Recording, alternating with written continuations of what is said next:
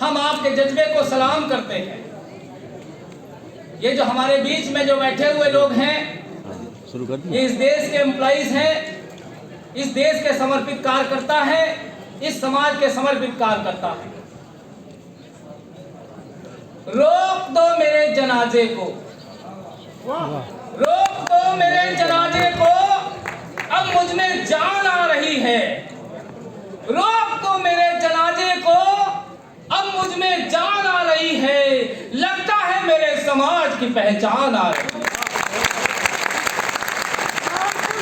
जिंदाबाद जिंदाबाद जिंदाबाद जिंदाबाद जिंदाबाद जिंदाबाद। और इस देश की पहचान में, इस देश के पढ़े लिखे नागरिकों का, इस देश के पढ़े लिखे नौजवानों का, इस देश के होनहार एम्प्लॉइज का, हमारी माताओं का, बहनों का, किचन से लेकर सरकार तक जो लोग हमारे साथी काम कर रहे हैं, हमारे समाज के लोग काम कर रहे हैं, उनका बहुत बड़ा योगदान है। आज अगर हम LIC की बात करते हैं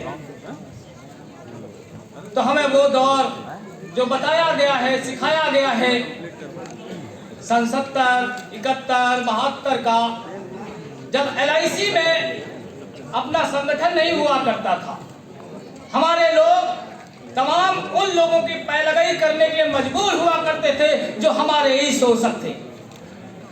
हमने महसूस किया, हमारे लोगों ने महसूस किया।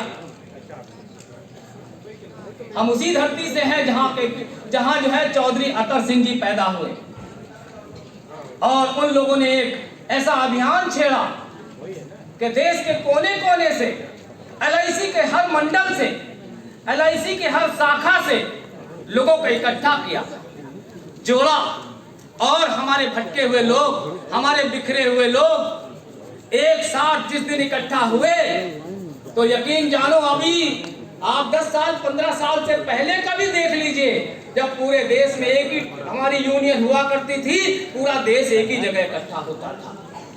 लेकिन ये दुर्भाग्य की बात है, जब हम सब लोग इकट्ठा होने की बात करते हैं, संगठित होने की बात करते हैं, बस बाबा साहब की जो बात है संगठित होने की, उसके फॉलोअर होने की बात करते हैं, कभी हमारे बीच में से कुछ लोग ऐसे पैदा हो जाते हैं जो हमारी बनी बनाई एकता को दो फाड़ कर लेते हैं।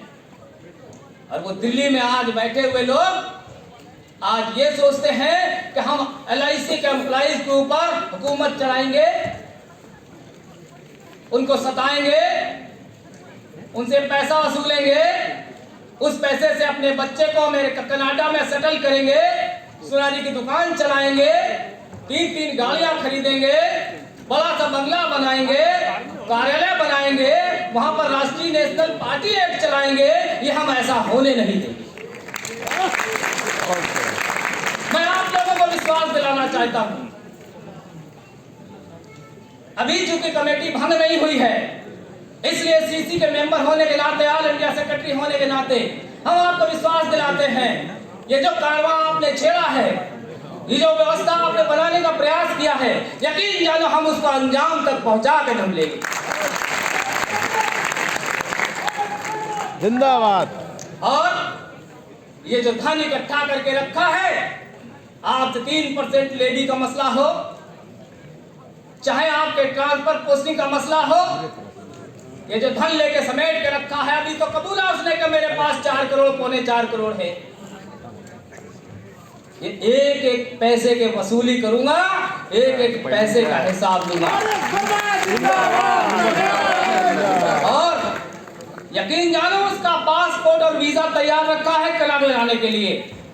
मैं भारत से बाहर जाने की उसकी एंट्री बैन करा दूंगा और उसको जेल में जाने को मजबूर कर दूंगा अगर हिसाब आपको नहीं दिया। और इस पूरी मुहिम में हमें सबको एकजुट रहना है, और इसलिए भी एकजुट रहना है कि मैं आपको बता दूं कि आज मैं इस पवित्र धरती पर जहां हूं, ये बहुजन समाज की नायिका देवी अहिल्याबाई की धरती है। ये बहुजन समाज के, भारतीय समाज के, ना सिर्फ भारतीय समाज के इस पूरे विश्व में अरबों अरबों खरबों खरबों दबे कुचले लोगों के जो मसीहा डॉक्टर अंबेडकर भी इसी धरती पर महू छावनी में पैदा हुए, वहां पर आते हैं। ये हमारा सौभाग्य है। और ऐसी धरती पर जहां डॉक्टर अंबेडकर ने अपना आगाज शुरू किया, जहां पर पैदा हुए, आज उसी धरती पर से आप आगाज कर रहे हैं कि ये जो आवाज है ये और बुलंद होगी और अंजाम तक पहुंचेगी।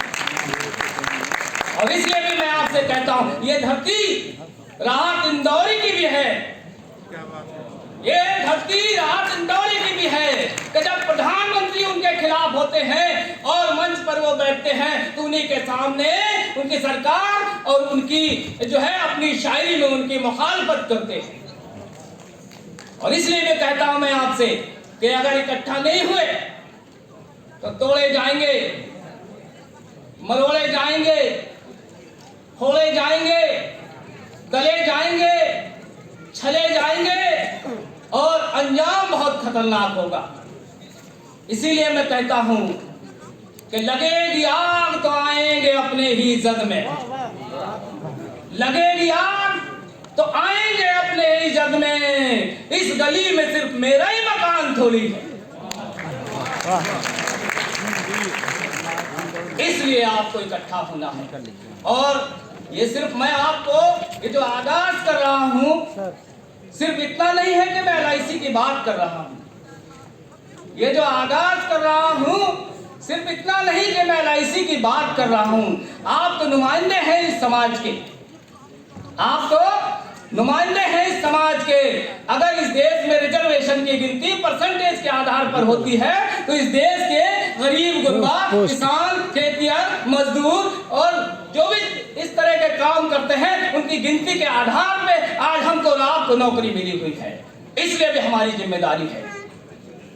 मैं आपको आगाह करना चाहता हूं कि अगर आपने नौकरी करते हुए उन लोगों को नहीं संवारा, उन लोगों को नहीं सजाया, उन लोगों को सुसज्जित नहीं किया जिनके बदौलत हम बैठे हुए हैं आज, तो यकीन जानो कि कल का दिन बहुत मुश्किल होने वाला है। जब आरक्षण की लड़ाई होती है तो आपको याद होगा, आपने रैलियां देखी होंगी, पैरों में चप्पल नहीं है, फटे कपड़े हैं, लेकिन हाथ में डंडा और झंडा है। वो किसके लिए लड़ते हैं? आपके और आपकी आने वाली पीढ़ी के लिए लड़ते हैं। उनके हिस्से में क्या आया? उनके हिस्से में क्या आया? बहुत में से हमारे लोग तो ऐसे भी हैं। मैं निवेदन करना चाहता हूं बड़ी विनम्रता से कि अपने परिवार का साथ दीजिए, अपने भाई बहनों का साथ दीजिए, अपने मोहल्ले वाले जो आपके पीछे छूट गए हैं। हम भले ही शहर में बस गए हों, हम महानगर में बस गए हों, लेकिन हमारे पीछे भी हमारे लोग हैं। उनको कौन देखेगा? आपको लगता है कि इस देश की सरकारें उनका भला करने वाली है? क्या आपको लगता है कि और कोई ऐसे लोग जो उनको 5 किलो राशन देते हैं और 1 किलो तेल देते हैं वो उनका भला करने वाले हैं? कतई नहीं। जब मछली को फंसाना होता है तो कांटे में कुछ दाना लगाना होता है। मछली को जब फंसाना होता है तो कांटे में कुछ दाना लगाना होता है। और दाना लगा, अगर आपने खाया तो यकीन जानो आप फंसेंगे और आपकी पीढ़ी फंसेगी। हम तो जाएंगे, चले जाएंगे, मर जाएंगे, लड़ते लड़ते संघर्ष करके शहीद हो जाएंगे, लेकिन हमारी पीढ़ी बड़े मुश्किलों से जो कारवां इतने सालों का है हम लोगों के पास, ये बिखर जाएगा। इसलिए हम आप लोगों को आगाह करना चाहते हैं। दोस्तों, ये आसान नहीं है, ये आसान नहीं है। जिसके पास सत्ता होती है, जिसके पास पावर होता है, उसके पास सब कुछ होता है। हमें पावर और सत्ता के लिए भी लड़ाई लड़नी है, नौकरी में अत्याचार अन्याय के लिए भी लड़ाई लड़नी है, गरीब गुरबार की लड़ाई लड़नी है, और कई बार तो ऐसा होता है कि हमें अपनों से भी लड़ना पड़ता है, क्योंकि हमें ऐसे लोग नहीं चाहिए जो गुलाम हो, जिनके गले में पट्टा पड़ जाए और हमारे समाज को बेच करके कहीं पर भी राजनीति कर लें।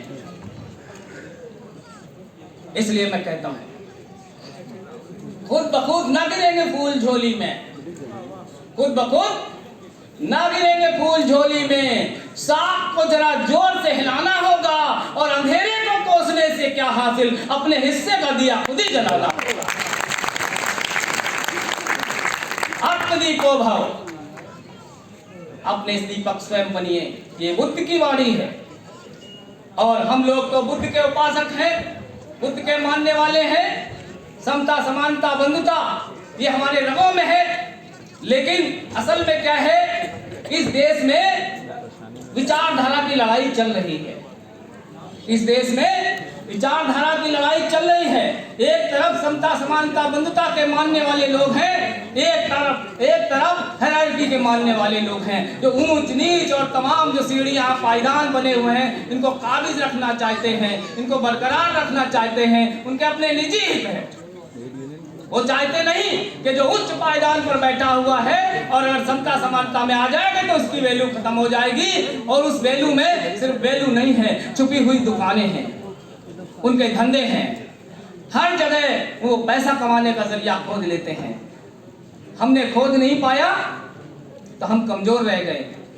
सिर्फ नौकरियां हैं और नौकरियों का ताआलम ये हो गया है कि आप देख ही रहे हैं, देश के तमाम प्रदेशों की सरकारें और इधर केंद्र की सरकारें भी ये सब सोचती हैं कि आज हम देख रहे हैं इस देश के दलित अच्छा कपड़ा पहन रहे हैं, टाई कोट पैंट पहन रहे हैं और ये सक्षम हो गए तो आज हमारे साथ बैठ रहे, खड़े हो गए, हमसे सवाल पूछते हैं, राजनीति में भी आ गए तो हमारी कुर्सी भी मांगते हैं। इसलिए इनको डिमोरलाइज कैसे किया जाए, इनको जमींदोज कैसे किया जाए, उनका अपना एजेंडा है। वो कतई नहीं चाहते कि आप उनके बराबर बैठें। वो कतई नहीं चाहते कि आपके बच्चे पढ़ लिख के IAS IPS बने, इस देश के हुक्मरान बने। वो कतई नहीं चाहते। इसीलिए एजुकेशन सिस्टम पर कुठाराघात किया जा रहा है। गुप्ता कमेटी की सिफारिशें आई थी, जिसने भी पढ़ी हो तो जानता होगा। गुप्ता कमेटी की सिफारिशें आई कि 8वें क्लास तक कोई भी एग्जाम नहीं लिया जाएगा, लोगों को पास कर दिया जाए। अब आप देखिए, हमारे बच्चे तो गरीब गुरबा हैं, गांव में रहते हैं, छोटे कस्बों में रहते हैं, खेतिहर किसान मजदूर हैं, उनके पास पैसा नहीं है, वो तो बहुत अच्छी जगह नहीं पढ़ा सकते, तो वो तो प्राइमरी स्कूल में पढ़ाएंगे, टाट पट्टी वाले स्कूल में पढ़ाएंगे, जहां हिंदी भी सही से नहीं चलती, इंग्लिश की तो बात ही छोड़ दो। लेकिन उसी जगह क्या है, पैरेलल बहुत सारे ऐसे लोग हैं जो गुप्ता कमेटी की सिफारिशें लागू करना चाहते हैं। वो अपने बच्चों को DPS में पढ़ाते हैं, कॉन्वेंट में पढ़ाते हैं, जिसकी फीस ही हर महीने 15,000 रुपए है। मैं आप लोगों से सवाल करता हूं कि अगर हमारा बच्चा प्राइमरी स्कूल में, सरकारी स्कूल में पढ़ रहा है, दूसरे का बच्चा DPS में पढ़ रहा है, कॉन्वेंट में पढ़ रहा है, पढ़ते पढ़ते दोनों हाई स्कूल करेंगे, दोनों इंटर करेंगे, इंटर की डिग्री तो मिल जाएगी, लेकिन इसके बाद क्या आपको लगता है कि कंपटीशन फाइट करेंगे तो दोनों जो है बराबर फाइट कर पाएंगे? एक घोड़े के पैर में बेड़ियां डाल दो, एक घोड़े को छुट्टा सांड बना दो, छुट्टा सांड वाला जीतेगा, बेड़ियों वाला जीतेगा। ये इस देश की साजिश है। इस देश की साजिश को अगर आप नहीं समझ पाए तो फिर मुश्किल हो जाएंगे हालात और कोई दूसरा करने नहीं आएगा। मैं ये बात जानता हूं बहुत अच्छी तरह से कि आप में, मुझ में, सब में बहुत ताकत है।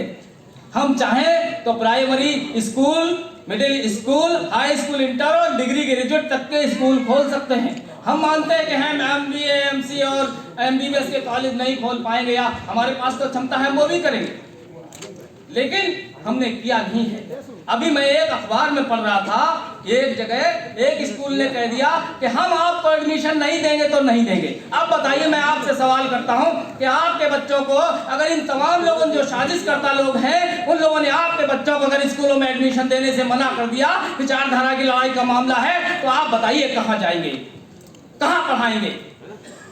इस पे काम करो, इस पे आपको काम करना होगा।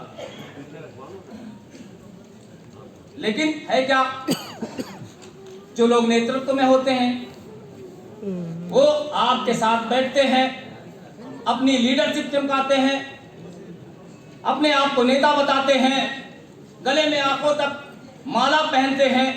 इसके बाद इसी समाज को दिखा करके आपको गिरवी रख देते हैं और किसी राजनीतिक पार्टी में चले जाते हैं। आपकी विचारधारा को भी बेच देते हैं, आपको भी बेच देते हैं, आपके वोट को भी बेच देते हैं। हम ऐसे लोगों को बर्दाश्त नहीं करेंगे, वो चाहे जो कोई हो। और ये बात आपको समझनी चाहिए। समझाने कौन जाएगा? अभी जो पहला वक्तव्य हुआ था उसमें यही बात थी। मैं उसको फिर से आपको याद दिलाना चाहता हूं। ये कौन करेगा? ये किसकी जिम्मेदारी है? गरीब आदमी के पास वो 300 रुपए कमाता है, उसके पास फुर्सत नहीं है कि वो दूसरे के घर में जाकर किसी के बच्चे को समझाएगा और पढ़ाएगा। ये आपकी जिम्मेदारी है। आपको तनख्वाह मिलती है, 1 लाख 1.5 लाख की तनख्वाह खूब मिलती है। आप पड़ोस में जरा झांक के तो देखिए, बस्ती में जरा झांक के तो देखिए। बस इतना पूछ लीजिए, भाई आपका बच्चा पढ़ने क्यों नहीं जा रहा है स्कूल? क्या बात है भाई, मैं देख रहा हूं। बताएगा आपको, इसके पास कपड़े नहीं है, मेरे पास पैसे नहीं है, फीस देने के लिए नहीं है। क्या हम इतनी जिम्मेदारी नहीं उठा सकते कि अपनी 1 महीने की तनख्वाह में से 1000, 2000, 4000, 3000, 500 रुपए खर्चा करके उसके बच्चे को स्कूल भिजवाने लग जाएं और उसको नई दिशा दे दें? कोई पता नहीं होता कि वह बच्चा आगे चल के हुक्मरान इस देश का बनेगा। डॉक्टर अम्बेडकर इसका उदाहरण है। हमें खुद अंदाजा नहीं होता कि जो कुछ हम करने जा रहे हैं उसका परिणाम क्या होगा, लेकिन आपका छोटा सा किया हुआ कृत्य बहुत बड़ा योगदान कर सकता है इस देश के विकास में, इस समाज के विकास में। मैं आप लोगों से एक निवेदन करना चाहता हूं कि आपने जो थाती बनाई है, आपने जो सर्विस के दौरान थाती बनाई है, वो बहुत दिनों तक टिकने वाली नहीं है। राइटिंग पैड, हाँ उसको दीजिए।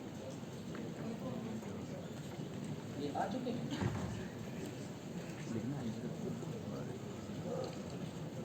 लैंग्वेज मुझे समझ में नहीं आ रही क्या लिखा है। ये लैंग्वेज में नहीं समझता। हिंदी में तो पढ़ने में आया। क्यों? 60 नहीं है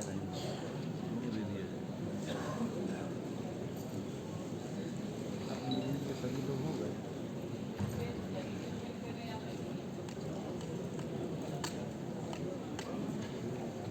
यकीन जानो बहुत बुरे दिन आने वाले हैं। मेरी रूह कांप जाती है जब मैं सोचता हूँ, मेरी रूह कांप जाती है। 5-5 हजार रुपए की सरकारी नौकरियां कॉन्ट्रैक्ट बेस पर निकाली जा रही हैं। सारा का सारा सिस्टम प्राइवेटाइजेशन होने जा रहा है और प्राइवेटाइजेशन सिस्टम में आपके एक बच्चे को schedule caste, schedule tribes, OBC, minorities और ये जो हमारे आदिवासी लोग हैं, किसी भी बच्चे को एक भी नौकरी नहीं मिलने वाली है। अंजाम इतना खतरनाक होगा कि आपने आज अपनी परिस्थितियां अच्छी कर ली, खाया पिया, मकान दुकान बढ़िया बना लिया, और मैं पूरी गारंटी से ये बात कह सकता हूं कि आपके और हमारे जाने के बाद हमारे बच्चे उस घर की पुताई नहीं करा पाएंगे, बिजली का बिल नहीं दे पाएंगे। ये सिचुएशन आएगी। इसलिए मैं आप लोगों से कहना चाहता हूं, LIC को मजबूत करिए, LIC के लोगों को मजबूत करिए, वेलफेयर एसोसिएशन को मजबूत करिए, और जो भी लोग खराब आए, चाहे मैं किसी का नाम नहीं लेना चाहता, ये तो कुछ लोग तो इतने गंदे हैं। मैं आपको बता दूं कि अभी 26 तारीख को मेरी 24वीं कंप्लेंट की इंक्वायरी होने वाली है, 32 पन्ने की। 32 पन्ने की ये 24वीं, और विद इन 10 ईयर। और उसके पहले भी 1.5 साल पहले 46 पन्ने की एक कंप्लेंट की इंक्वायरी हो चुकी, भारत सरकार को की गई थी। भारत सरकार ने मेरी जांच कराई, पुलिस के मार्फत जांच आई, और चेयरमैन ने मेरी जांच कराई LIC में, उसकी भी जांच कराई। लेकिन क्या है, मैं डॉक्टर अम्बेडकर का असली वाला चेला हूं। मेरे पास ब्रेन है, मेरे पास हर चीज का तोड़ है। हमने LIC से भी कहा, पुलिस के CO सर्किल ऑफिसर होता है पुलिस का, उसने मेरी इंक्वायरी की। हमने कहा सर आप सिर्फ सवाल करिए और जो मैं जवाब दूंगा वही लिखिए डेक्टो। इसके बाद कोई FIR बनती है तो मेरे खिलाफ मुकदमा करा दीजिए, और मैं मुकदमा लड़ने के लिए तैयार हूं। जब उसको कुछ नहीं मिला तो उसने कहा कि देखो बॉस ऐसा है, आप भी प्रथम श्रेणी अधिकारी हैं, मैं भी अधिकारी हूं, मैं चाहता हूं रफा दफा करो, आप एक काम करो, 50,000 रुपए का इंतजाम करवा दो, अपने चेले से करवाए, सिपाही से। मैंने देखो डियर मेरे पास देने के लिए 1 रुपया नहीं है, मैं LIC का आदमी हूँ और LIC में 1 रुपए की रिश्वत नहीं चलती। हमने अपने जीवन काल में रिश्वत नाम की कोई चीज नहीं दी और मैं आपको 1 पैसा नहीं दे सकता। आपको मेरे खिलाफ अगर लगता है तो FIR करा दीजिए, मैं कोर्ट में फेस कर लूंगा। और अभी फिर इंक्वायरी होने को है LIC को, मैं यहाँ से जाऊँगा। वैसे ही मेरे पास अभी तो जब मैं आया हूँ तभी कह रहे थे कि इंक्वायरी करनी है। मैंने कहा मेरे पास टाइम नहीं, अधिवेशन है, मैं लौटूंगा तब देखूंगा। तो बोले ठीक है 26 को कर लेते हैं। मैंने कहा इट्स ओके। आपको डरना नहीं है, आपको झुकना नहीं है, चाहे वो हमारे लोग हों चाहे बाहर के लोग हों। संघर्ष करना पड़ता है और जो संघर्ष करता है, देख लो एक बात समझ लो, जो जिंदा होता है वो विपरीत धारा में पानी में चलता है। जो जिंदा होता है वो विपरीत धारा में चलता है। यार मरे हुए लोग तो मुर्दे की तरह बहा करते हैं। हाँ हो गया।